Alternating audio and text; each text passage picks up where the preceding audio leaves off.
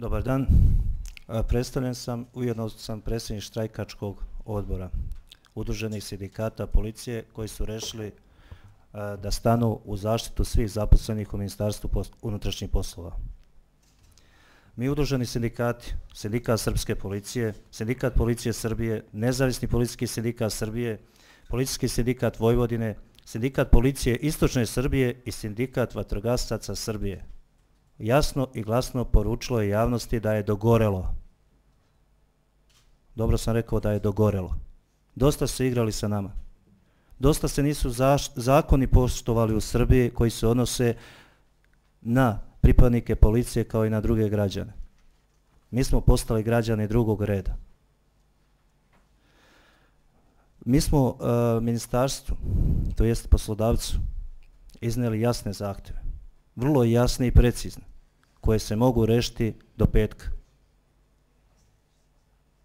Mi najavljujemo štrajk u petak, jer očekujemo da će se poslodavac oglušiti, kao i dosta što se oglušio zahtjeve običnih radnika, jer oni foteljaši nemaju svoje zahtjeve nekako da proćerdaju pare iz ministarstva, da se voze službenim autima i gledaju koga uvući u MUP, da se zaposli. Prvo što tražimo, izmjenu zakona o policiji. Drugo, striktno primjenu posebnog kolektivnog ugovora. Neko je rekao od represivnih sindikata i od poslodavca kad su slavili potpisivanje da je jedinstven ovo ugovor na Balkanu i Evropi. Jeste jedinstven, gospodo, ali jedinstven je u tome što se nijedna tačka ovog kolektivnog ugovora ne primjenjuje. Drugo što tražimo, poštovanje zakona o platama državnih službenika. Da li je javnosti poznato da se nama od plate umanjuje? Plata se umanjuje kad idemo na godišnji odmor, kad dobijemo plaćeno odsustvo za smrt bližeg ili za rođenje deteta. Jer treba to da dozvolimo. Nećemo da trpimo dalje. Treća stvar, isplata dnevnica za angažovanje van mjesta rada. Angažovani smo preko 12 sati, 18 sati, 20 sati. Sad ste i svedoci ovih dešavanja što se tiče traktora i blokade puteva u Vojvodine. Naši ljudi nemaju dnevnicu koja ih sleduje.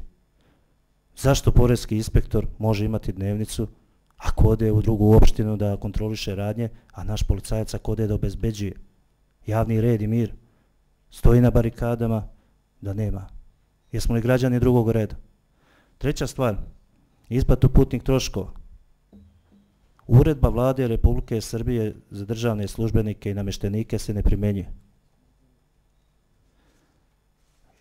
Izloženi smo zlostavljanju. Mobingi se primjenjuju u policiji. Toga ima. Žalosno, ali istinito. Nemamo regres, topli obrok. Imamo platni listić, to će posle kolega Momčilo Vidović da objasni malo, da se zadrži duže na toj temi. Te ne znamo šta nam je plata, šta je topli obrok, regres i ostalo. Idemo po sudovima, sudovi presuđuju korist ministarstva. Uniforma, oprema za rad. Kupujemo, šijemo, civilne cipele nosimo, kao da smo privatna policija, kao da će neko da stavi katana sa ministarstva.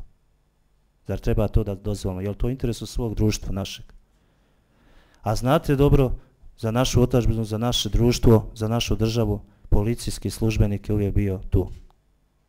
U interesu naroda da hrabro kroči i rizikujući svoj život u odbrani interesa našeg društva.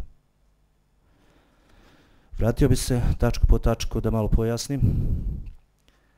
Izmjena zakona o policiji. Vi znate da kolektivni ugovor, mnoge tačke su definisane članom 147 zakona o policiji koji reguliše platu policijskog službenika.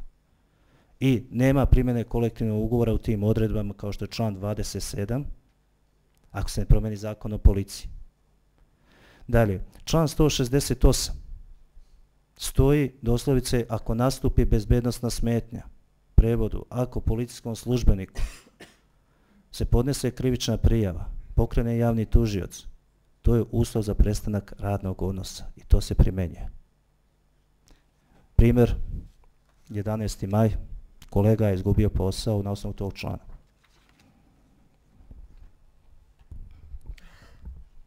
Kolektivni ugovor. Nismo zadovoljni sa njim. Potpisan je, po čijoj direktivi, kako je ostalo, šta ćemo, tu smo.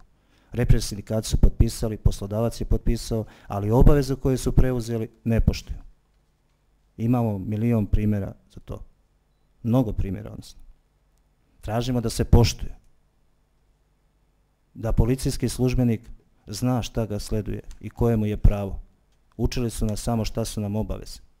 Ali sindikat sad uči zaposlenih koja ima pravo. Poštovanje plata u državnim službenicima. Malo pre sam pomenuo. Član 32 decidno kaže ako se koristi godišnji odmor, plaćeno odsustvo, da plata ostaje nepromenjena. Nama platu umanjuju. I onda šta smo primorani? Da tužimo. Sudovi su spori, mnogo tužbi ima na sudovima i dozvoljavamo sebi da tužimo našu državu. Država gubi sporove, ministarstvo gubi sporove. Bolje taj pare da uložimo što se tiče sudskih troškova, advokatskih troškova u opremanje, radi bolje bezbednosti svih nas. Isplata putnih troškova. Uredba isto definiše član 3 kako se naplaćuju putni troškovi, ali se primjenjuju šarolika u Srbiji. Pa onaj u Šapcu može da naplati po uredbi, a ovaj na Voždovcu u Beogradu ne može. Dođe komandir i kaže da ne smije autobusku kartu. A šta ako čovjek dolazi privatnim vozlom kao što dolaze? Mnogo ljudi iz unutrašnjosti rade po policijskim stanicama u Beogradu. Iz Jagodine, Kragujevca, Barajeva i drugih mjesta. I oni ne mogu kad rade noćnu smenu u toku noći doći, niti imaju prevoz. Dođu autom. I oni njima je pravo uskraćeno. Obraćali smo se ministarstvu ranijim nastupima i ostali su u gluvi. Jer moralo da dođe da zapretimo štrajkom i da proglasimo štrajk 10. da bi se rešavalo to pitanje. Nije moralo. Sprečavanje zlostavljanja na radu. Mnogo primjera ima. I mnogo kažnjavanja za rezultate rada, počeo od toga, od premeštaja, od pisanja izjava, zvanja kući privatno, kad su privatno, da kažemo, kad su odsutni, kad imaju slobodan dan. Stvarno, mnogo su policijski službenici izloženi torturi pojedinih rukovodioca. Sad ne bih konkretno o primjerima, pokrenuli smo par krivičnih prijava protiv rukovodioca, to ćemo kad bude pravosnažno, odnosno kad bude prihvaćeno od strane javnog tužioca na sudu, odnosno da ćemo bjelodaniti. Uniformu šijemo, kupujemo, nosimo ove majice. Kažete, vidite, malo pre me koleginica pita vaša s jedne televizije, kako može vidjeti pokaban uniforme. Možete, bilo kog policajca patrolu, kad sretnete, malo bolje zagledajte. Da li ima civilne cipele i da li je pocepana uniforma, iznošena, istrošena. Imamo situaciju da kupujemo, evo skoro smo kupili kačkete za interventnu uniformu, za majice, znači to je činjenica. I to ljudi iz ministarstva posmatraju. Sve im je jedno, ali bitno je da se ogromne količine goriva za vikend koriste privatnim vozilom. Bitno je, odnosno sa službenim vozilom da ode u privatnu posjetu. Kupuju se automobili koji nemaju neku svrhu, da kažemo, bitno je da šefovi voze besna vozila, da policajci idu peške, pocepani, podrpani.